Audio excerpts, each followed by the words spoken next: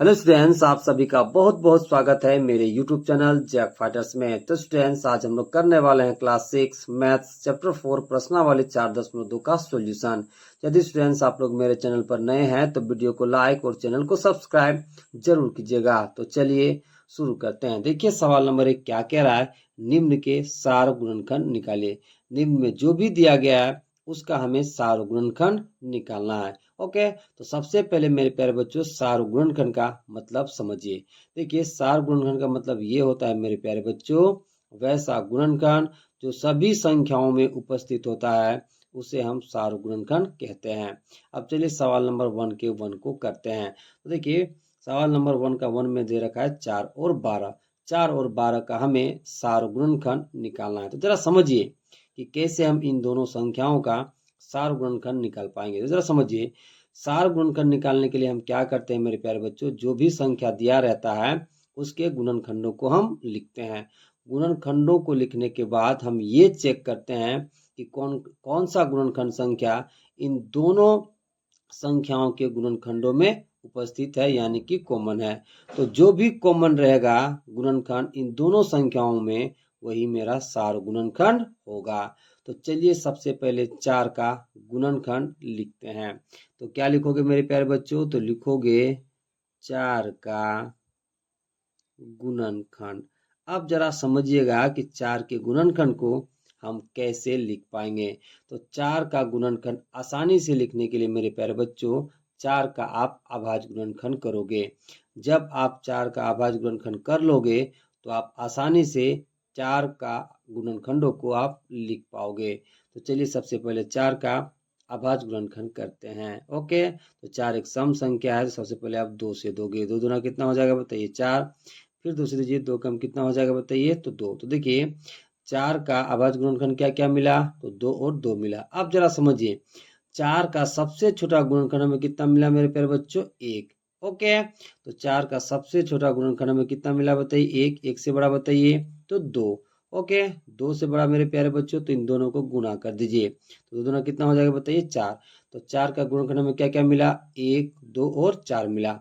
अब चलिए 12 का गुणनखंड को लिखते हैं। तो क्या लिखोगे, 12 का गुणनखंड। ओके, तो 12 का गुणनखंड लिखने के लिए आपको 12 का अभाज्य गुणनखंड करना पड़ेगा।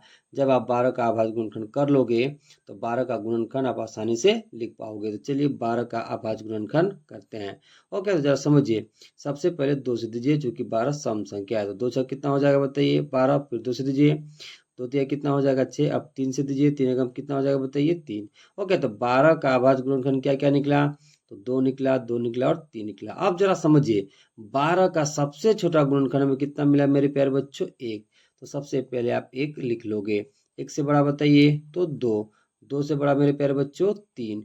ओके, 3 से बड़ा मेरे प्यारे बच्चों, तो इन दोनों को गुणा करिए। तो 2 दूना कितना हो जाएगा बताइए, 4। 4 से बड़ा मेरे प्यारे बच्चों, तो इन दोनों को गुणा करिए। 3 दूना कितना हो जाएगा बताइए, 6। ओके, अब 6 से बड़ा मेरे प्यारे बच्चों, तो इन सबको गुणा करिए। तो 3 दूना 6, 6 दूना कितना हो जाएगा बताइए, 12। कितना हो जाएगा, 12। ओके, तो इन दोनों संख्याओं का जो भी गुणनखंड होगा हम लिख लिए हैं। अब हमें ये चेक करना है कि कौन सा गुणनखंड संख्या ओके इन दोनों संख्या के गुणनखंड में उपस्थित है, यानी कि कॉमन है। ओके, अब हमें ये चेक करना है कि कौन सा गुणनखंड संख्या इन दोनों संख्या के गुणनखंड में उपस्थित है, अर्थात कॉमन है। तो जरा समझिए, देखिए इन दोनों संख्याओं के गुणनखंड में सबसे पहले कॉमन है मेरे प्यारे बच्चों 1। फिर कितना है बताइए, 2। फिर कितना है मेरे प्यारे बच्चों, तो 4। ओके, तो 1, 2 और 4, 4 और 12 का मेरा क्या कहलाएगा, सार गुणनखंड कहलाएगा। क्यों, क्योंकि 1, 2 और 4 4 और 12 के गुणनखंड में उपस्थित है, यानी कि कॉमन है। ओके, तो क्या लिखोगे, तो लिखोगे इसलिए 4 और 12 का सार्वगुणनखंड। तो कितना कितना हो जाएगा मेरे प्यारे बच्चों, तो पहला होगा 1, फिर कितना होगा बताइए 2, फिर कितना हो जाएगा बताइए, तो 4 हो जाएगा। ओके, चलिए अब दूसरा सवाल करते हैं। देखिए दूसरा सवाल दे रखा है 12 और 18, इसका हमें सार्वगुणनखंड निकालना है। ओके, तो सार्वगुणनखंड निकालने के लिए सबसे पहले हम इन दोनों संख्याओं के गुणनखंडों को लिखेंगे। तो चलिए लिखते हैं। तो सबसे पहले आप लिखोगे 12 का 12 का गुणनखंड। तो 12 का गुणनखंड लिखने के लिए मेरे प्यारे बच्चों सबसे पहले आपको 12 का अभाज्य गुणनखंड करना है। जब आप 12 का अभाज्य गुणनखंड कर लोगे तो 12 का गुणनखंड आप आसानी से लिख पाओगे। तो चलिए सबसे पहले 12 का अभाज्य गुणनखंड करते हैं। तो सबसे पहले 2 से दीजिए, 2 छक कितना हो जाएगा 12, फिर 2 से दीजिए, 2 छक कितना हो जाएगा 6, फिर 3 से दीजिए, 3 एकम कितना हो जाएगा 3। तो देखिए 12 का अभाज्य गुणनखंड हमें क्या क्या मिला, तो 2 मिला, 2 मिला और 3। अब जरा समझिए 12 का सबसे छोटा गुणनखंड हमें कितना मिला, 1। तो सबसे पहले 1 लिख लीजिए। 1 से बड़ा मेरे प्यारे बच्चों 2, 2 से बड़ा मेरे प्यारे बच्चों गुणनखंड 3, 3 से बड़ा मेरे प्यारे बच्चों तो इन दोनों को गुना करिए, तो 2 दूना कितना हो जाएगा 4, 4 से बड़ा मेरे प्यारे बच्चों तो इन दोनों को गुना करिए, तो 3 दूना कितना हो जाएगा बताइए 6। ओके, 6 से बड़ा मेरे प्यारे बच्चों तो इन तीनों को गुना करिए, तो 3 दूना 6, 6 दूना कितना हो जाएगा बताइए 12। ओके, देखिए 12 का गुणनखंड हमें क्या क्या मिला, 1 2 3 4 6 और 12 मिला। अब चलिए 18 का गुणनखंड को लिखते हैं। तो क्या लिखोगे, 18 का गुणनखंड। ओके, तो 18 का गुणनखंड लिखने के लिए सबसे पहले हमें 18 का अभाज्य गुणनखंड करना है। तो चलिए करते हैं। ओके, तो सबसे पहले 2 से दीजिए, चूंकि 18 सम संख्या है तो दोनों में कितना हो जाएगा 18। अब 3 से दीजिए, 3 तिया कितना हो जाएगा मेरे प्यारे बच्चों 9, फिर 3 से दीजिए, 3 एकम कितना हो जाएगा बताइए 3। तो 18 का अभाज्य गुणनखंड हमें क्या क्या मिला, 2 3 और 3 मिला। अब जरा समझिए कि 18 का सबसे छोटा गुणनखंड हमें कितना मिल रहा है बताइए 1। तो सबसे पहले आप 1 लिख लोगे, 1 से बड़ा मेरे प्यारे बच्चों तो 2। ओके, 2 से बड़ा मेरे प्यारे बच्चों तो 3। ओके, 3 से बड़ा मेरे प्यारे बच्चों तो इन दोनों को गुना करिए, 2 तिया कितना हो जाएगा बताइए 6। 6 से बड़ा मेरे प्यारे बच्चों तो इन दोनों को गुना करिए, तो 3 तिया कितना हो जाएगा बताइए 9। 9 से बड़ा मेरे प्यारे बच्चों तो इन तीनों को गुना करिए, तो 3 तिया 9, 9 दूना कितना हो जाएगा मेरे प्यारे बच्चों तो 18। कितना हो जाएगा बताइए 18। तो 18 का गुणनखंड में क्या क्या मिला, 1 2 3 6 9 और 18 मिला। ओके, अब हमें ये चेक करना है मेरे प्यारे बच्चों कि कौन सी गुणनखंड संख्या इन दोनों के गुणनखंड में उपस्थित है, अर्थात कॉमन है। तो जरा समझिए, देखिए इन दोनों के गुणनखंड में सबसे पहले कॉमन है मेरे प्यारे बच्चों 1, फिर कितना है बताइए 2। ओके, फिर कितना है मेरे प्यारे बच्चों तो 3। ओके, फिर कितना है मेरे प्यारे बच्चों तो 6। ओके, यानी कि 1 2 3 4 इन दोनों संख्याओं का क्या होगा, सार्व गुणनखंड होगा। तो क्या लिखोगे, तो लिखोगे इसलिए 12 और 18 का सार्वगुणनखंड। तो कितना कितना होगा, तो 1 होगा, फिर बताइए 2 होगा, फिर 3 होगा, फिर 6 होगा। ओके, चलिए अब तीसरा सवाल करते हैं। देखिए तीसरा सवाल दे रखा है 16 और 64, इसका हमें सार्वगुणनखंड निकालना है। तो चलिए सबसे पहले हम लोग क्या करते हैं, तो 16 का गुणनखंडों को लिखते हैं, फिर लिखेंगे हम लोग 64 का गुणनखंडों को। फिर हम लोग ये चेक करेंगे कि कौन सी गुणनखंड संख्या इन दोनों संख्याओं के गुणनखंडों में उपस्थित है। तो जो भी गुणनखंड संख्या इन दोनों संख्या गुणनखंडों में उपस्थित रहेगा वही मेरा सार्वगुणनखंड होगा। तो चलिए सबसे पहले 16 का गुणनखंडों को लिखते हैं। तो क्या लिखोगे, 16 का गुणनखंड। तो 16 का गुणनखंड लिखने के लिए मेरे प्यारे बच्चों सबसे पहले आप 16 का अभाज्य गुणनखंड करोगे। जब आप 16 का अभाज्य गुणनखंड कर लोगे तो फिर आप आसानी से 16 का गुणनखंड लिख पाओगे। तो चलिए सबसे पहले 16 का अभाज्य गुणनखंड करते हैं। तो सबसे पहले 2 से देंगे, 2 अठे कितना हो जाएगा 16, फिर 2 से दीजिए, 2 चौका कितना हो जाएगा 8, फिर 2 से दीजिए, 2 दूना कितना हो जाएगा बताइए 4, फिर 2 से दीजिए, 2 कम कितना हो जाएगा तो 2 हो जाएगा। तो देखिए 16 का अभाज्य गुणनखंड हमें मिला 2 2 2 और 2। अब जरा समझिए कि 16 का सबसे छोटा गुणनखंड हमें कितना मिल रहा है मेरे प्यारे बच्चों 1। तो सबसे पहले आप 1 लिख लो, 1 से बड़ा मेरे प्यारे बच्चों तो 2, 2 से बड़ा मेरे प्यारे बच्चों तो इन दोनों का आप गुना करो, तो 2 दूना कितना हो जाएगा बताइए 4, 4 से बड़ा मेरे प्यारे बच्चों तो इन तीनों को गुना करिए, तो 2 दूना 4, 4 दूना कितना हो जाएगा बताइए 8, 8 से बड़ा मेरे प्यारे बच्चों तो इन चारों को गुना करिए, 2 दूना 4, 4 दूना 8, 8 दूना कितना हो जाएगा बताइए तो 16 हो जाएगा। तो 16 का गुणनखंड हमें क्या क्या मिला, 1 2 4 8 और 16 मिला। अब चलिए 64 का गुणनखंड को लिखते हैं। तो क्या लिखोगे, 64 का गुणनखंड।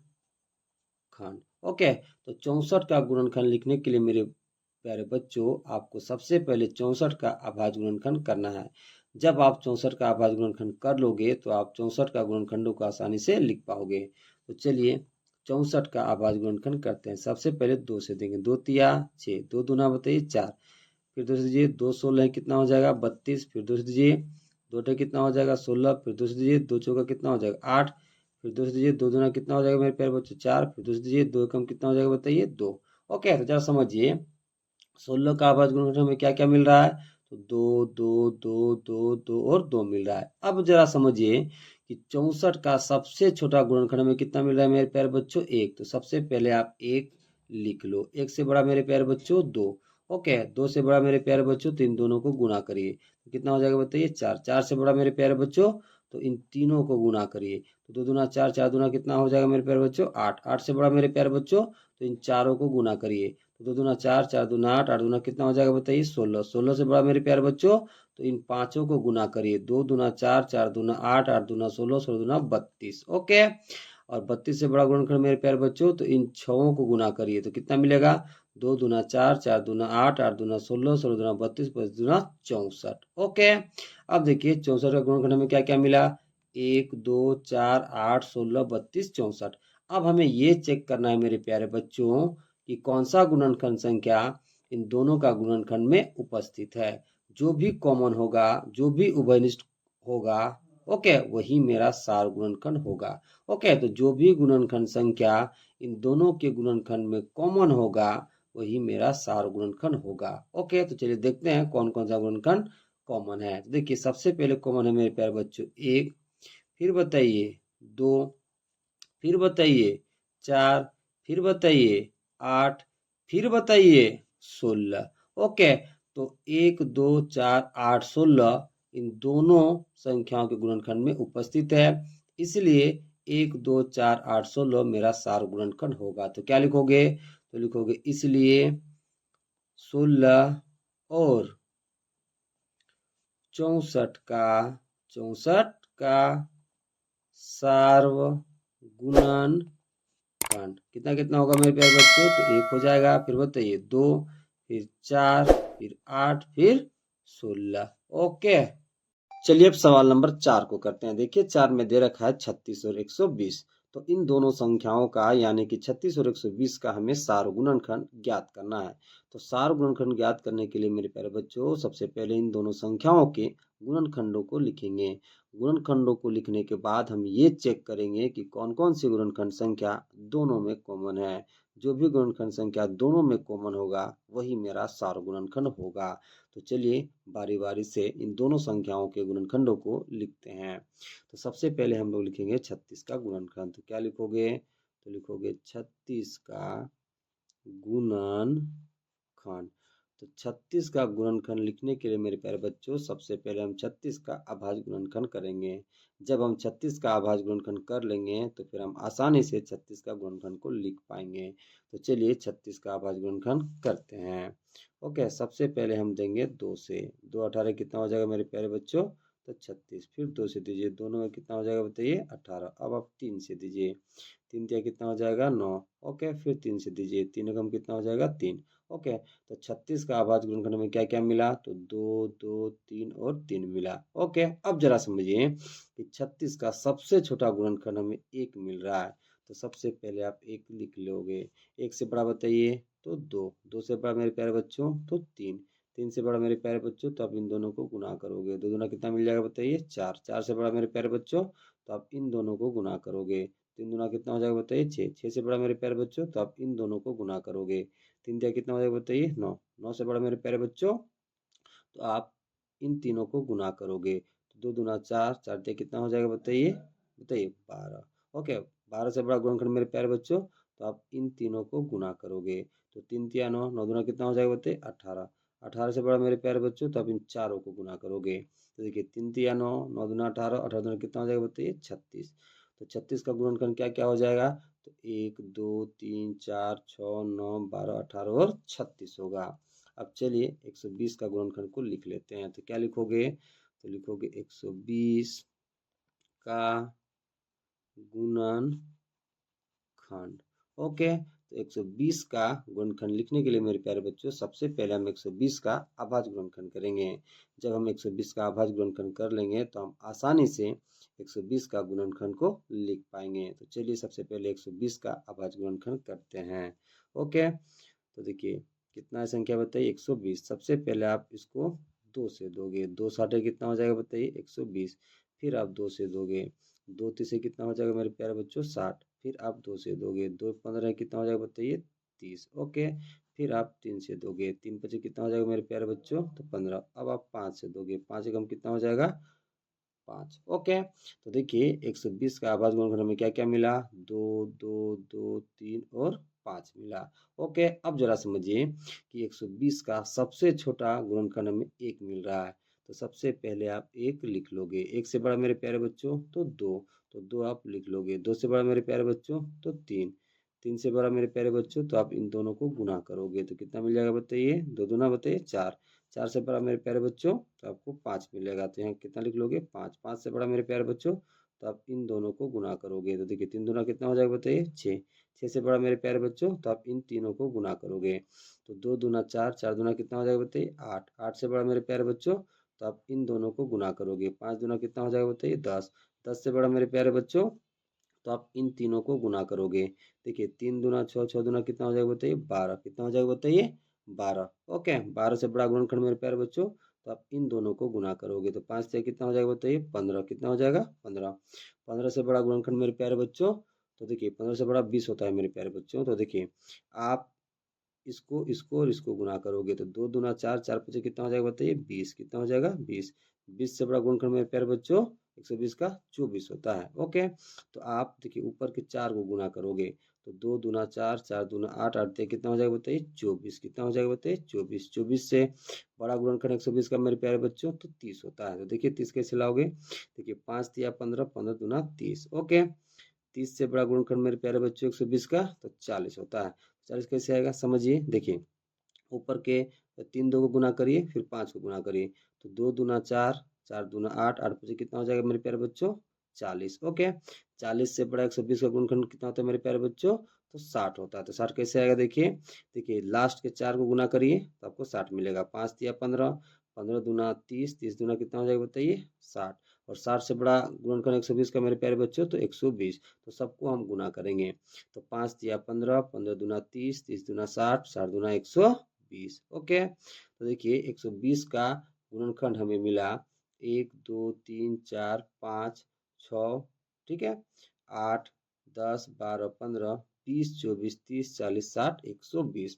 अब हमें ये चेक करना है मेरे प्यारे बच्चों कि कौन सी गुणनखंड संख्या इन दोनों संख्या के गुणनखंड में कॉमन है। तो चलिए चेक करते हैं। तो देखिए सबसे पहले कॉमन है मेरे प्यारे बच्चों 1। ओके, 1 के बाद दोनों में कॉमन है मेरे प्यारे बच्चों 2, 2 के बाद कॉमन है मेरे प्यारे बच्चों 3, 3 के बाद कॉमन है मेरे प्यारे बच्चों 4, 4 के बाद कॉमन है मेरे प्यारे बच्चों, चेक कर लीजिए कितना है बताइए 6, 6 के बाद कॉमन है मेरे प्यारे बच्चों 12, क्या कॉमन है बताइए 12, क्या कॉमन है बताइए 12, 6 के बाद कितना कॉमन है 12। तो देखिए कौन कौन सी गुणनखंड संख्या दोनों में कॉमन है, सबसे पहले 1 है, फिर बताइए 2 है, फिर बताइए 3 है, फिर बताइए 4 है, फिर बताइए 6 है, फिर बताइए 12 है। ओके, तो 36 और 120 का सार गुणनखंड क्या क्या हो जाएगा, तो 1 हो जाएगा, फिर 2 हो जाएगा, फिर 3 हो जाएगा, फिर 4, फिर 6 और 12। तो चलिए लिख देते हैं। तो क्या लिखोगे, तो लिखोगे इसलिए 36 और 120 का सार्वगुणनखंड तो कितना कितना हो जाएगा मेरे प्यारे बच्चों, तो पहला 1 होगा, फिर बताइए 2 होगा, फिर 3 होगा, फिर 4 होगा, फिर 6 होगा, फिर 12 होगा। ओके, तो यही ये जो 6 संख्या है यही दोनों संख्याओं के गुणनखंड में सार्वगुणनखंड है। कौन कौन बताइए 1 2 3 4 6 और 12। ओके, चलिए अब सवाल नंबर 2 को करते हैं। देखिए 2 क्या कह रहा है, निम्न के सार गुणनखंड निकालिए। निम्न में जो भी दिया गया है उसका हमें सार गुणनखंड निकालना है। तो चलिए निकालते हैं। तो सार गुणनखंड निकालने के लिए हम क्या करते हैं मेरे प्यारे बच्चों, तो जो भी संख्या दिया है उसका हम गुणनखंड को लिखते हैं। गुणनखंड को लिखने के बाद हम ये मैच करते हैं कि कौन सी गुणनखंड संख्या दी हुई संख्याओं में कॉमन है। जो भी कॉमन होगा वही मेरा सार गुणनखंड होगा। तो चलिए सबसे पहले इन तीनों संख्याओं का गुणनखंड को लिखते हैं। तो सबसे पहले हम लिखते हैं 8 का गुणनखंड। क्या लिखोगे मेरे प्यारे बच्चों, 8 का गुणनखंड। तो 8 का गुणनखंड लिखने के लिए सबसे पहले हम 8 का अभाज्य गुणनखंड करेंगे। ओके, अभाज्य गुणनखंड करने के बाद हम आसानी से 8 का गुणनखंड लिख पाएंगे। तो चलिए सबसे पहले 8 का गुणनखंड अभाज्य गुणनखंड कर लेते हैं। ओके, तो सबसे पहले 2 से दीजिए, 2 चौका कितना हो जाएगा बताइए 8, फिर 2 से दीजिए, 2 दूना कितना हो जाएगा 4, फिर 2 से दीजिए, 2 कम कितना हो जाएगा बताइए तो 2। ओके, तो 8 का अभाज्य गुणनखंड हमें क्या क्या मिला, तो 2 2 और 2 मिला। अब जरा समझिए कि 8 का सबसे छोटा गुणनखंड हमें कितना मिल रहा है 1, तो सबसे पहले आप 1 लिख लो। 1 से बड़ा मेरे प्यारे बच्चों 2, 2 से बड़ा तो इन दोनों को गुना करिए, 2 दूना कितना हो जाएगा बताइए 4, 4 से बड़ा मेरे प्यारे बच्चों तो इन तीनों को गुना करिए, तो 2 दूना 4, 4 दूना कितना हो जाएगा बताइए 8। ओके, अब चलिए 12 का गुणनखंड को लिखते हैं। ओके, तो क्या लिखोगे 12 का गुणनखंड। तो देखिए 12 का गुणनखंड लिखने के लिए सबसे पहले हम 12 का अभाज्य गुणनखंड करेंगे। जब हम 12 का अभाज्य गुणनखंड कर लेंगे तो हम आसानी से 12 का गुणनखंड लिख पाएंगे। तो चलिए 12 का हम अभाज्य गुणनखंड करते हैं। तो सबसे पहले 2 से दीजिए, 2 छक कितना हो जाएगा 12, फिर 2 से दीजिए, 2 छक कितना हो जाएगा बताइए 6, फिर 3 से दीजिए, 3 एकम कितना हो जाएगा 3। ओके, तो जरा समझिए 12 का अभाज्य गुणनखंड में क्या क्या मिला, 2 2 और 3 मिला। अब जरा समझिए कि 12 का सबसे छोटा गुणनखंड कितना मिला बताइए 1, तो 1 लिख लो, फिर 1 से बड़ा बताइए 2, 2 से बड़ा मेरे प्यारे बच्चों 3। ओके, 3 से बड़ा मेरे प्यारे बच्चों तो इन दोनों को गुना करिए, 2 दूना कितना हो जाएगा बताइए 4, 4 से बड़ा मेरे प्यारे बच्चों तो इन दोनों को गुना करिए, 3 दूना कितना हो जाएगा बताइए 6, 6 से बड़ा मेरे प्यारे बच्चों तो इन तीनों को गुना करिए, 3 दूना 6, 6 दूना कितना हो जाएगा बताइए 12। ओके, तो 12 गुणनखंड में क्या क्या मिला 1 2 3 4 6 और 12 मिला। अब चलिए 20 का गुणनखंड करते हैं। तो क्या लिखोगे 20 का गुणनखंड। ओके, तो 20 का गुणनखंड लिखने के लिए मेरे प्यारे बच्चों सबसे पहले हम 20 का अभाज्य गुणनखंड करेंगे। जब 20 का हम अभाज्य गुणनखंड कर लेंगे तो 20 का गुणनखंड हम आसानी से लिख पाएंगे। तो चलिए सबसे पहले 20 का अभाज्य गुणनखंड करते हैं। ओके, सबसे पहले 2 से दीजिए, 2 दाएं कितना होता है 20। ओके, फिर 2 से दीजिए, 2 बजे कितना हो जाएगा 10, अब 5 से दीजिए, 5 एकम कितना हो जाएगा 5। देखिए 20 का अभाज्य गुणनखंड में क्या क्या मिला, तो 2 2 और 5 मिला। अब जरा समझिए कि 20 का सबसे छोटा गुणनखंड में कितना मिल रहा है बताइए 1। ओके, सबसे पहले आप 1 लिख लोगे, 1 से बड़ा मेरे प्यारे बच्चों 2, 2 से बड़ा मेरे प्यारे बच्चों तो इन दोनों को गुना करिए, 2 दूना कितना हो जाएगा बताइए 4, 4 से बड़ा मेरे प्यारे बच्चों 5, 5 से बड़ा मेरे प्यारे बच्चों तो इन दोनों को गुना करिए, 5 दूना कितना हो जाएगा बताइए 10, 10 से बड़ा मेरे प्यारे बच्चों तो इन तीनों को गुना करोगे तो 5 दूना 10, 10 दूना कितना हो जाएगा बताइए 20। ओके, तो हम तीनों संख्याओं के गुणनखंडों को हम लिख लिए। अब हमें ये चेक करना है कि कौन सी गुणनखंड संख्या ओके इन तीनों संख्याओं के गुणनखंड में कॉमन है। ओके, जो भी कॉमन रहेगा वही मेरा सार गुणनखंड होगा। तो जरा समझिए, देखिए 1 तीनों में कॉमन है। ओके, फिर देखिए 2 तीनों में कॉमन है, फिर देखिए 4 तीनों में कॉमन है। ओके, तो देखिए 1 2 और 4 इन तीनों संख्याओं के गुणनखंड में कॉमन है, इसलिए सार गुणनखंड मेरा क्या होगा, तो 1 2 और 4 हो जाएगा। तो क्या लिखोगे, लिखोगे इसलिए, इसलिए 8 12 और 20 का सार्वगुणन, ठीक है, सार्वगुणनखंड कितना कितना हो जाएगा मेरे प्यारे बच्चों, तो हो जाएगा मेरे प्यारे बच्चों सबसे पहला 1 हो जाएगा, फिर 2 हो जाएगा, फिर 4 हो जाएगा। ओके, तो सार्वगुणनखंड कितना कितना हो जाएगा, तो बताइए 1 हो जाएगा, 2 हो जाएगा और 4 हो जाएगा। ओके, चलिए अब दूसरा सवाल करते हैं। देखिए दूसरा सवाल में दे रखा है 9 12 और 24, इसका हमें सार्वगुणनखंड निकालना है। तो चलिए करते हैं।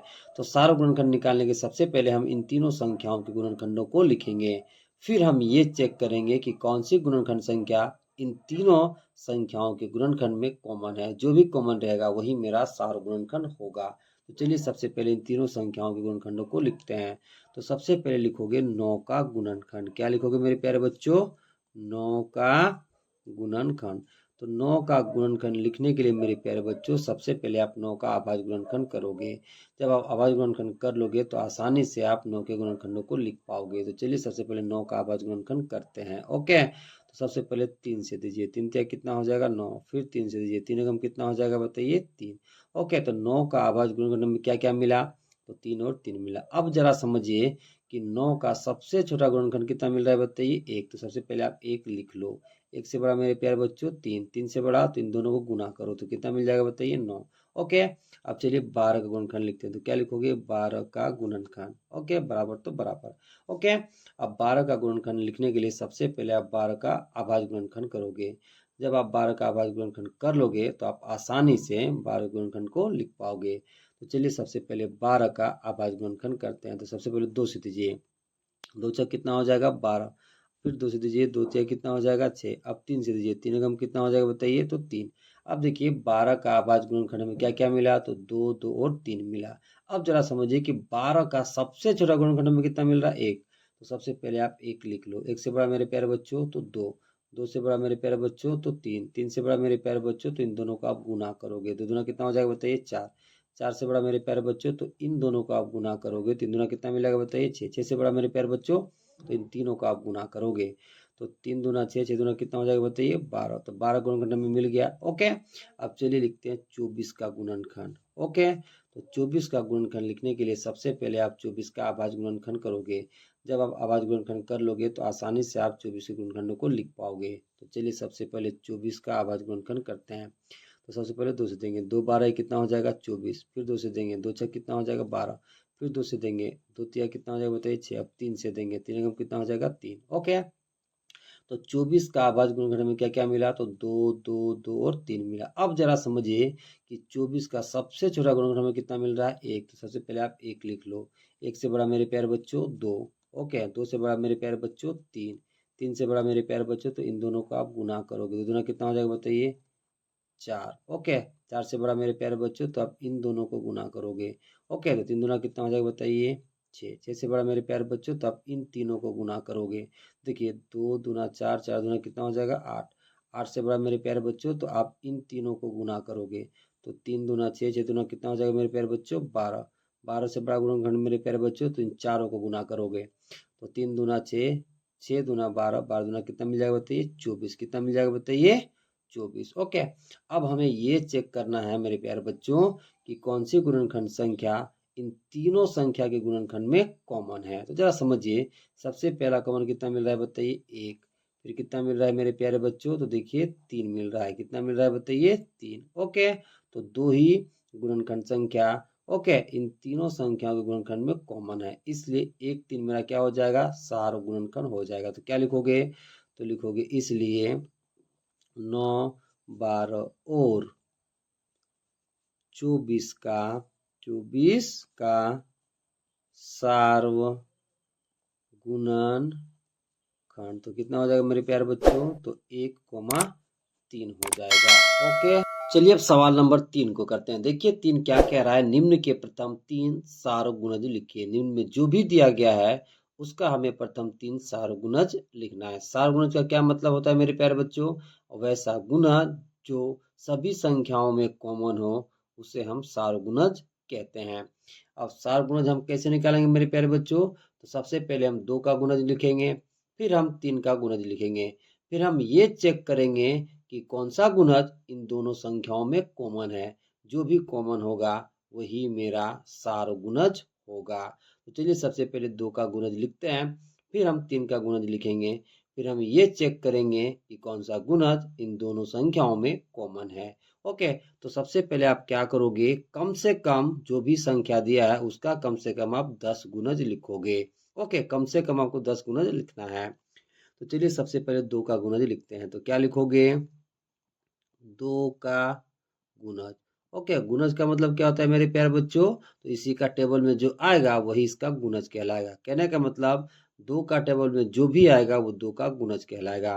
तो 2 का पहला गुणज कितना होगा मेरे प्यारे बच्चों, 2, फिर बताइए 4, फिर बताइए 6, फिर बताइए 8, फिर बताइए 10, फिर बताइए 12, फिर बताइए 14, फिर बताइए 16, फिर बताइए 18, फिर बताइए 20। आगे और भी बहुत सारे होंगे गुणज। ओके, अब चलिए 3 का कम से कम प्रथम 10 गुणज को सबसे पहले लिख लेते हैं। तो क्या लिखोगे, 3 का गुणज। ओके, तो 3 का सबसे पहला गुणज कितना मेरे प्यारे बच्चों, तो 3, फिर बताइए 6, फिर बताइए 9, फिर बताइए तो 12, फिर बताइए 15, फिर बताइए 18, फिर बताइए 21, फिर बताइए 24, फिर बताइए तो 27, फिर बताइए 30। आगे और भी होंगे। ओके, अब हमें ये चेक करना है मेरे प्यारे बच्चों कि कौन सा गुणज इन दोनों संख्याओं के गुणज में कॉमन है। ओके, तो जरा देखिए, सबसे पहला कॉमन गुणज है मेरे प्यारे बच्चों 6।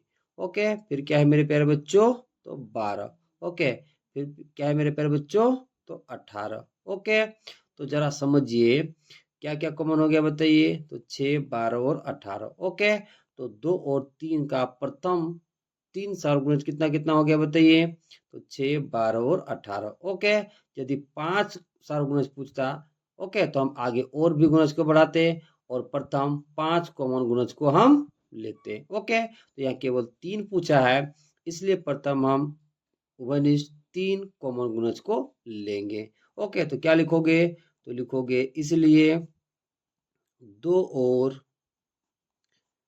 3 का प्रथम 3 सार्वगुणज, तो पहला कितना होगा बाबू लोग, तो पहला होगा 6, फिर बताइए 12, फिर बताइए 18। ओके, चलिए अब दूसरा सवाल करते हैं। देखिए दूसरा सवाल क्या कह रहा है, 2 और 5। तो 2 और 5 का प्रथम 3 सार्वगुणज को हमको लिखना है।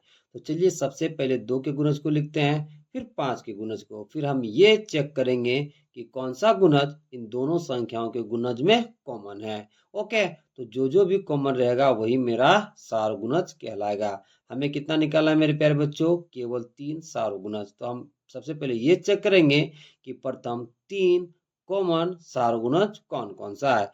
तो सबसे पहले 2 का गुणज को लिखते हैं, तो क्या लिखोगे, 2 का गुणज। ओके, तो कम से कम आपको 2 का 10 गुणज कम से कम लिख लेना है। तो 2 का पहला गुणज बताइए 2, फिर बताइए 4, फिर बताइए 6, फिर बताइए 8, फिर बताइए 10, फिर बताइए 12, फिर बताइए 14, फिर बताइए 16, फिर बताइए 18, फिर बताइए 20।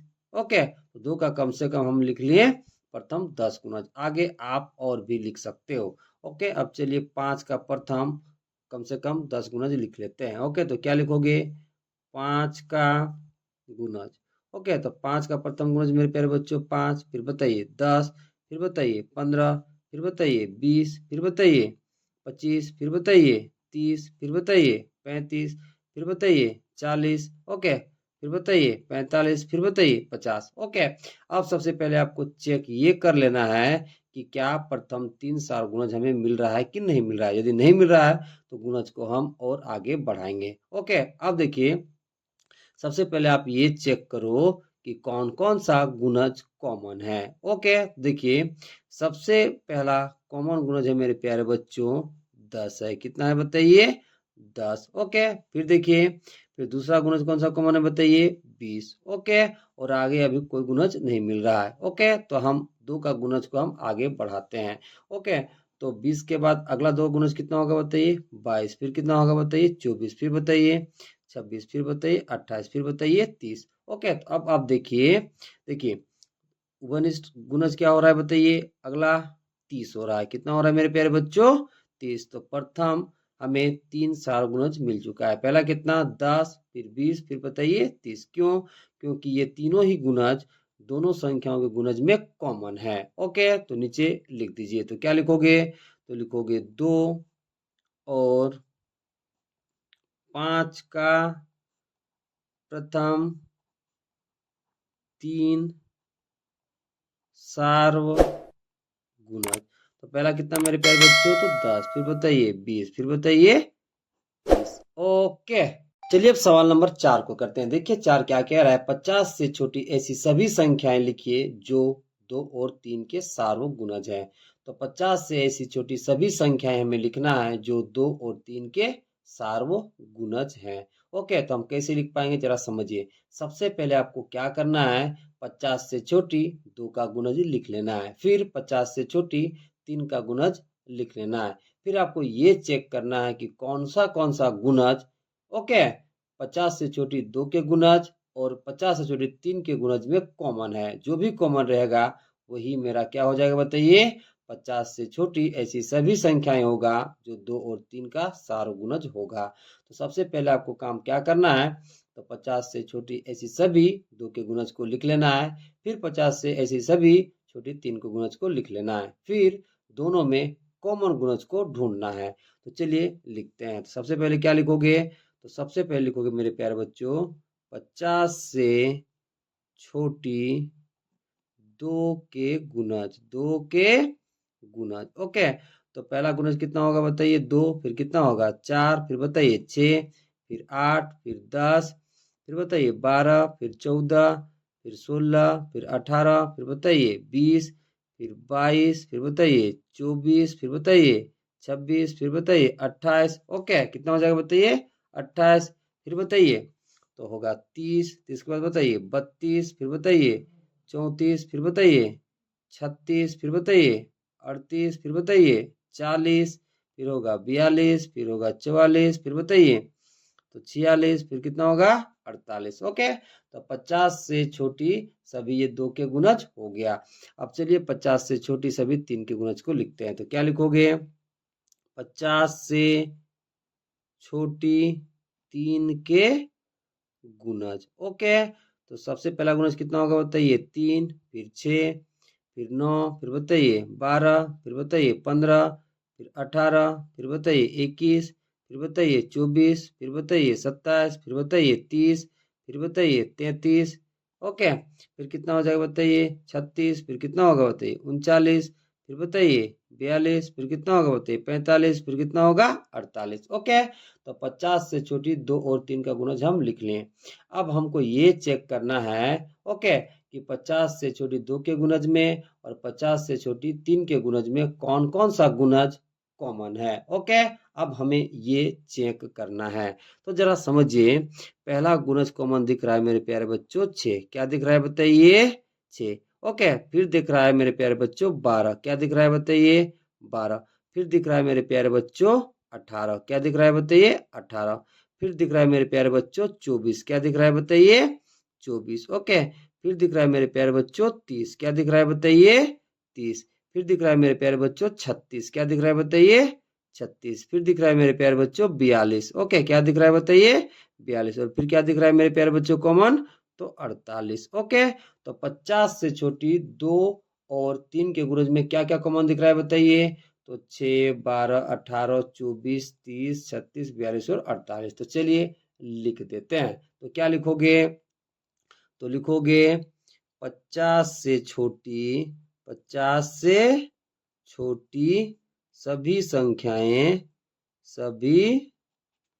संख्याएं जो 2 और 2 और 3 के सार्वगुणज है। तो पहला कितना है मेरे प्यारे बच्चों 6, फिर बताइए 12, फिर बताइए 18, फिर बताइए 24, फिर बताइए 30, फिर बताइए 36, फिर बताइए 42, फिर बताइए 48। ओके, चलिए अब सवाल नंबर 5 को करते हैं। देखिए 5 क्या कह रहा है, निम्नलिखित में से कौन सी संख्याएं सहअभाज्य है। निम्नलिखित में जो भी संख्याओं का युग्म दिया गया है उसमें हमें बताना है कि कौन कौन सी संख्याओं का युग्म सहअभाज्य है। ओके, तो इन सवालों को करने से पहले थोड़ा सहभाज्य के बारे में हम लोग समझ लेते हैं। तो जरा समझिएगा सहभाज्य का क्या मतलब होता है। तो देखिए, दो संख्याओं का ऐसा युग्म जिसमें केवल एक उभयनिष्ठ गुणनखंड हो उसे हम सहभाज्य संख्या कहते हैं। ओके, यदि मान लीजिए एक के अलावे और कोई उभयनिष्ठ गुणनखंड रहेगा तो उसे हम सहभाज्य संख्या नहीं कहेंगे। ओके, अब चलिए दिए गए सवालों को करते हैं। देखिए 5 का 1 नंबर में दे रखा है 7 और 16। हमें ये बताना है कि इन दोनों संख्याओं का युग्म सहभाज्य संख्या है या नहीं है। तो हम कैसे बता पाएंगे तो जरा समझिएगा। सबसे पहले आप 7 का गुणनखंड करोगे, फिर आप 16 का गुणनखंड करोगे, फिर इन दोनों संख्याओं के गुणनखंड में आप ये चेक करोगे कि क्या इन दोनों संख्याओं के गुणनखंड में केवल एक उभयनिष्ठ गुणनखंड है या नहीं। यदि एक उभयनिष्ठ गुणनखंड होगा तो वो सहभाज्य संख्या होगा, और यदि एक के अलावे और कोई उभयनिष्ठ गुणनखंड होगा तो वो सहभाज्य संख्या नहीं होगा। तो चलिए सबसे पहले इन दोनों संख्याओं के गुणनखंड को लिखते हैं। तो सबसे पहले हम लोग लिखेंगे 7 का गुणनखंड। ओके, क्या लिखेंगे मेरे प्यारे बच्चों 7 का गुणनखंड। ओके, तो देखिए किसी भी संख्या का गुणनखंड लिखने के लिए सबसे पहले हम उसका क्या करते हैं मेरे प्यारे बच्चों अभाज्य गुणनखंड। तो जरा समझिए 7 पहले से ही अभाज्य संख्या है तो इसका हम अभाज्य गुणनखंड नहीं करेंगे। ओके, तो 7 का गुणनखंड मेरा कौन कौन होगा मेरे प्यारे बच्चों तो सबसे पहला गुणनखंड होगा 1, फिर कितना होगा बताइए 7, क्यों होगा जरा समझिए। 1 7 को पूरा पूरी विभाजित कर देगा और 7 भी 7 को पूरा पूरी विभाजित कर देगा, इसलिए 7 का गुणनखंड कितना कितना होगा, 1 और 7 होगा। ओके, अब चलिए 16 का गुणनखंड को लिखते हैं। तो क्या लिखोगे, 16 का गुणनखंड। तो 16 का गुणनखंड लिखने के लिए मेरे प्यारे बच्चों हम 16 का अभाज्य गुणनखंड करेंगे। ठीक है, जब अभाज्य गुणनखंड कर लेंगे तो हम आसानी से 16 का गुणनखंड को लिख पाएंगे। तो चलिए 16 का अभाज्य गुणनखंड करते हैं। तो सबसे पहले 2 से दीजिए, 2 अठे कितना हो जाएगा 16, फिर 2 से दीजिए, 2 चौका कितना हो जाएगा 8, फिर 2 से दीजिए, 2 दूना कितना हो जाएगा 4, फिर 2 से दीजिए, 2 कम कितना हो जाएगा तो 2 हो जाएगा। तो देखिए 16 का अभाज्य गुणनखंड में क्या क्या मिला, तो 2 2 2 और 2 मिला। अब जरा समझिए 16 का सबसे छोटा गुणनखंड में कितना मिल रहा है मेरे प्यारे बच्चों, 1, 1 से बड़ा मेरे प्यारे बच्चों 2, 2 से बड़ा तो इन दोनों को गुना करिए, 2 दूना कितना हो जाएगा 4, 4 से बड़ा मेरे प्यारे बच्चों तो इन तीनों को गुना करिए, 2 दूना 4, 4 दूना 8। ओके, 8 से बड़ा मेरे प्यारे बच्चों तो इन चारों को गुना करिए, 2 दूना 4, 4 दूना 8, 8 दूना कितना हो जाएगा बताइए 16। ओके, अब आपको ये चेक करना है मेरे प्यारे बच्चों कि दोनों के गुणनखंड में केवल एक उभयनिष्ठ गुणनखंड होना चाहिए। यदि एक उभयनिष्ठ गुणनखंड होगा तो वो स्वाभाविक संख्या होगा, और यदि एक के अलावे और कोई उभयनिष्ठ गुणनखंड मिलता है तो वो स्वाभाविक संख्या नहीं होगा। तो चलिए चेक करते हैं। तो जरा समझिए, देखिए इन दोनों संख्याओं के गुणनखंड में केवल एक उभयनिष्ठ गुणनखंड है, एक के अलावे और कोई उभयनिष्ठ गुणनखंड नहीं है, इसलिए 7 और 16 का युग्म मेरा सहभाज्य संख्या होगा। तो क्या लिखोगे, तो लिखोगे चूंकि चूंकि 7 और 16 के, ठीक है, 7 और 16 के गुणनखंड में केवल एक उभयनिष्ठ केवल एक उभयनिष्ठ गुणनखंड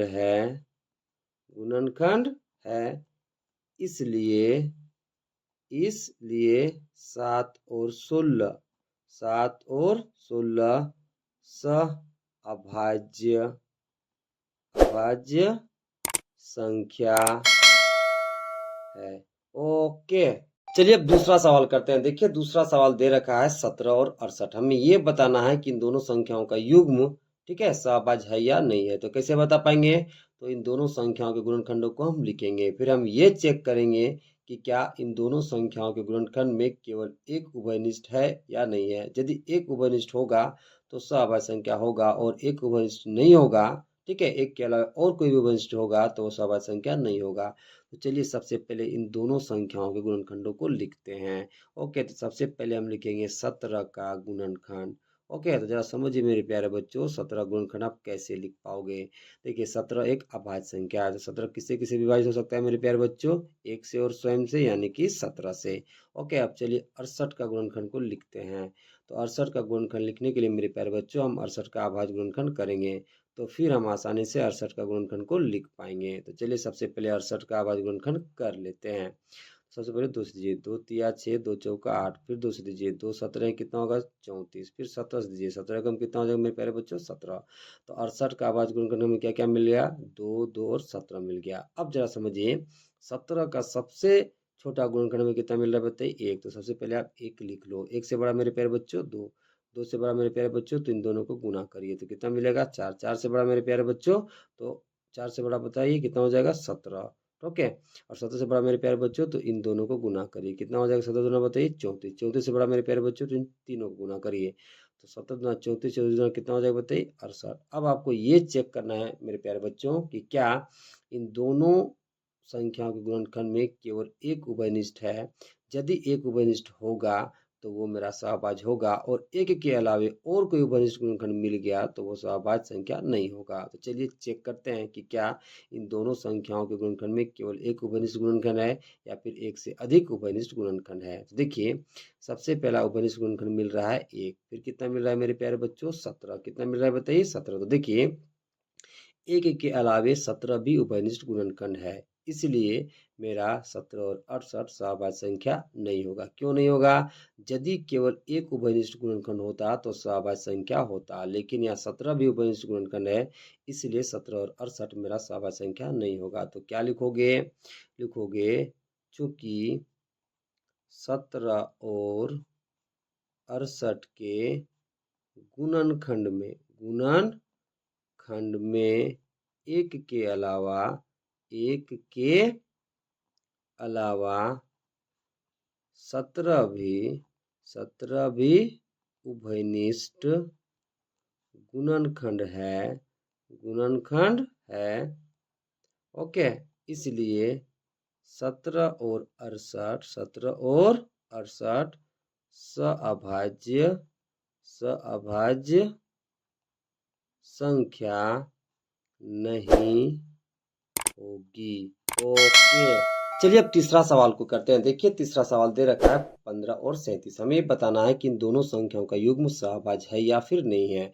तो हम कैसे बता पाएंगे मेरे प्यारे बच्चों, जब हम इन दोनों संख्याओं का गुणनखंड करेंगे और हम ये चेक करेंगे क्या इन दोनों संख्याओं के गुणनखंड में केवल एक उभयनिष्ठ गुणनखंड है या नहीं। यदि एक उभयनिष्ठ गुणनखंड होगा तो वो मेरा सहभाज्य संख्या होगा, और यदि एक के अलावा और कोई भी उभयनिष्ठ गुणनखंड होगा तो सहभाज्य संख्या नहीं होगा। तो चलिए सबसे पहले 15 का गुणनखंड को लिखते हैं। तो क्या लिखोगे, 15 का गुणनखंड। तो 15 का गुणनखंड लिखने के लिए मेरे प्यारे बच्चों सबसे पहले हम 15 का अभाज्य गुणनखंड करेंगे, तो हम आसानी से 15 का गुणनखंड लिख पाएंगे। तो चलिए 15 का अभाज्य गुणनखंड कर लेते हैं। तो सबसे पहले देंगे 3 से, 3 पचे कितना हो जाएगा मेरे प्यारे बच्चों, तो 15। ओके, अब 5 से देंगे, 5 एकम कितना हो जाएगा 5। देखिए 3 पचे कितना हो गया 15, 5 एकम कितना हो गया 5। ओके, तो 15 का अभाज्य गुणनखंड में कितना कितना मिला, तो 3 और 5 मिला। अब जरा समझिए 15 का सबसे छोटा गुणनखंड कितना मिलेगा 1। तो सबसे पहले आप 1 लिख लोगे। 1 से बड़ा मेरे प्यारे बच्चों 3, तो आप 3 लिख लोगे। 3 से बड़ा मेरे प्यारे बच्चों 5, तो 5 आप लिख लोगे। 5 से बड़ा मेरे प्यारे बच्चों, तो इन दोनों को गुणा करिए तो आपको मिल जाएगा 15। ओके, अब चलिए 37 का गुणनखंड को लिखते हैं। ओके, तो क्या लिखोगे, 37 का गुणनखंड। तो जरा समझिए 37 एक अभाज्य संख्या है। ओके, तो इसका गुणनखंड कौन कौन होगा, तो सबसे पहला 1 होगा और दूसरा गुणनखंड ये स्वयं होगा यानी कि 37 होगा।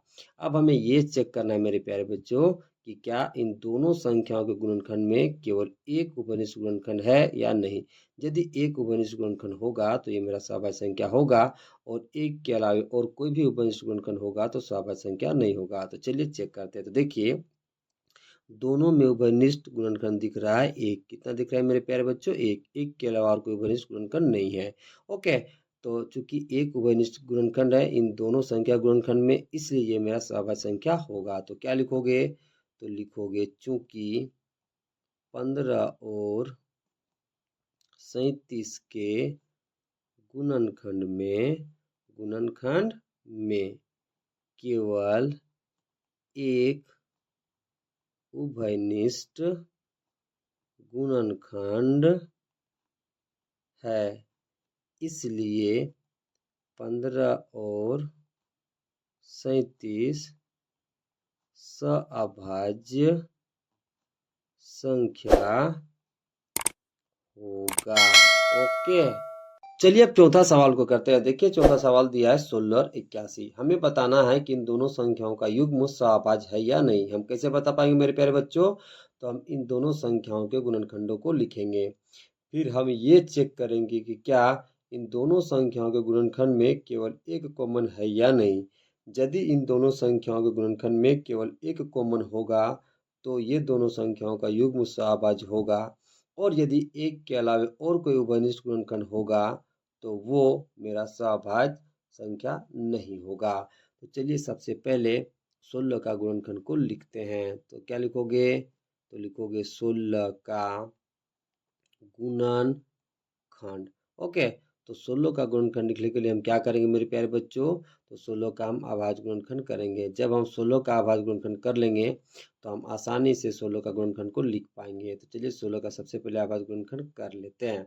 ओके, तो सबसे पहले 2 से देंगे। देखिए 2 अठे कितना हो जाएगा 16, फिर 2 से दीजिए 2 जगह कितना हो जाएगा 8, फिर 2 से दीजिए 2 दूना कितना हो जाएगा बताइए 4, फिर 2 से दीजिए 2 कम कितना हो जाएगा बताइए 2। ओके, तो देखिए 16 का अभाज्य गुणनखंड में क्या क्या मिला, तो 2 2 2 और 2 मिला। अब जरा समझिए 16 का सबसे छोटा गुणनखंड में कितना मिल रहा है बताइए 1। तो 1 लिख लीजिए। 1 से बड़ा बताइए 2, तो 2 हम लिख लेंगे। 2 से बड़ा मेरे प्यारे बच्चों, तो इन दोनों को गुना करिए। 2 दूना कितना हो जाएगा बताइए 4। 4 से बड़ा मेरे प्यारे बच्चों, तो इन तीनों को गुना करिए। तो 2 दूना 4, 4 दूना 8 मिल जाएगा। 8 से बड़ा मेरे प्यारे बच्चों, तो इन चारों को गुना करिए। तो 2 दूना 4, 4 दूना 8, 8 दूना 16। ओके, तो 16 का गुणनखंड हमें 1 2 4 8 16 मिला। अब चलिए 81 का गुणनखंड को लिखते हैं। ओके, तो क्या लिखोगे? 81 का गुणनखंड। तो 81 का गुणनखंड लिखने के लिए मेरे प्यारे बच्चों सबसे पहले हम 81 का अभाज्य गुणनखंड करेंगे। जब हम 81 का अभाज्य गुणनखंड कर लेंगे तो हम आसानी से 81 का गुणनखंड को लिख पाएंगे। तो चलिए 81 का अभाज्य गुणनखंड करते हैं। ओके, तो सबसे पहले 3 से दीजिए। देखिए 3 दूना 6, 2 बजेगा तो 21 होगा, 3 सत्ते बताइए 21। फिर 3 से देंगे, 3 नौ कितना हो जाएगा? 27। फिर 3 से दीजिए, 3 तिया कितना हो जाएगा बताइए? 9। ओके, फिर 3 से दीजिए, 3 कितना हो जाएगा? 3। ओके, तो 81 का अभाज्य गुणनखंड में कितना कितना मिला? 3 3 3 और 3 मिला। अब जरा समझिए 81 का सबसे छोटा गुणनखंड में कितना मिल रहा है? 1। तो सबसे पहले आप 1 लिख लो। 1 से बड़ा मेरे प्यारे बच्चों 3। ओके, तो 3 आप लिख लो। 3 से बड़ा तो इन दोनों को गुना करिए। 3 तिया कितना हो जाएगा बताइए? तो 9 हो जाएगा। 9 से बड़ा मेरे प्यारे बच्चों तो इन तीनों को गुना करिए। तो 3 तिया 9, 9 तिया कितना हो जाएगा? 27। 27 से बड़ा मेरे प्यारे बच्चों तो इन चारों को गुना करिए। तो 3 तिया 9, 9 तिया 27, 27 तिया कितना हो जाएगा? 81। अब आपको ये चेक करना है मेरे प्यारे बच्चों को, क्या इन दोनों संख्याओं के गुणनखंड में केवल एक कॉमन है या नहीं। यदि एक कॉमन होगा, ओके, तो ये दोनों संख्याओं का युग्म मेरा सहभाज्य होगा। और यदि एक के अलावा और कोई कॉमन होगा तो सहभाज्य संख्या नहीं होगा। तो चलिए चेक करते हैं। तो देखिए पहला कॉमन है मेरे प्यारे बच्चों इन दोनों संख्याओं के गुणनखंड में 1, और 1 के अलावा और कोई उपनिष्ठ गुणनखंड नहीं है। ओके, तो जरा समझिए। अब देखिए इन दोनों संख्याओं गुणनखंड में केवल हमें कॉमन कितना मिला? 1, यानी कि उभयनिष्ठ गुणनखंड कितना मिला? 1। इसलिए 16 और 81 मेरा सहभाज्य संख्या होगा। तो क्या लिखोगे? तो लिखोगे चूंकि 16 और 81 के गुणनखंड में केवल एक उभयनिष्ठ गुणनखंड है, केवल एक उभयनिष्ठ गुणनखंड है, इसलिए 16 और 81 सह अभाज्य संख्या होगी। ओके, चलिए अब सवाल नंबर 6 को करते हैं। देखिए 6 क्या कह रहा है? एक संख्या 3 और 4 दोनों से विभाज्य है, कौन सी अन्य संख्या से यह संख्या सदैव विभाज्य होगी? सबसे पहले सवाल को गौर से समझिए। सवाल क्या कह रहा है? एक संख्या 3 और 4 दोनों से विभाज्य है, तो हमें बताना है कि वो कौन सी अन्य संख्या होगी जिससे 3 और 4 सदैव विभाज्य होगी। सबसे पहले हम लोग एग्जाम्पल द्वारा समझते हैं, फिर इस सवाल को करेंगे। एग्जाम्पल समझिएगा मेरे प्यारे बच्चों। मान लीजिए मेरे पास संख्या 6 है। अब देखिए संख्या 6 2 और 3 दोनों से विभाज्य है। जरा समझिए मेरे पास संख्या क्या है बताइए? 6, क्योंकि 6 2 और 3 दोनों से विभाज्य है। ओके, अब जब हम इन दोनों का गुणनफल करेंगे तो वो हमें कितना मिलेगा मेरे प्यारे बच्चों? 6। तो जो गुणनफल हमें 6 मिलेगा उस 6 से 2 और 3 सदैव विभाज्य होगी। बात समझे? दोबारा समझा रहे हैं कि एक संख्या मान लीजिए मेरे पास 6 है जो 2 और 3 दोनों से विभाज्य है। ओके, तो इन दोनों का जब आप गुणनफल करोगे तो आपको कितना मिलेगा? 6। तो इस 6 से 2 और 3 सदैव विभाज्य होगी। उसी तरह से यहाँ समझिए कि एक संख्या 3 और 4 दोनों से विभाज्य है, तो हमें बताना है कि वो अन्य कौन सी संख्या होगी जिससे 3 और 4 सदैव विभाज्य होगी। तो जरा समझिए वो संख्या होगी मेरे प्यारे बच्चों इन दोनों संख्याओं का गुणनफल, यानी कि 3 गुना 4 12 ही वो संख्या होगी जिससे 3 और 4 सदैव विभाज्य होगी। तो क्या लिखोगे? तो लिखोगे जो संख्या 3 और 4 दोनों से विभाज्य है, ठीक है, तो वह संख्या 3 और 4 का गुणनफल 12 होगी, जिससे 3 और 4 सदैव विभाज्य होगी। बात समझे कि जो संख्या 3 और 4 दोनों से विभाज्य है वह संख्या 3 और 4 का गुणनफल 12 होगा, जिससे 3 और 4 सदैव विभाज्य होगा। ओके।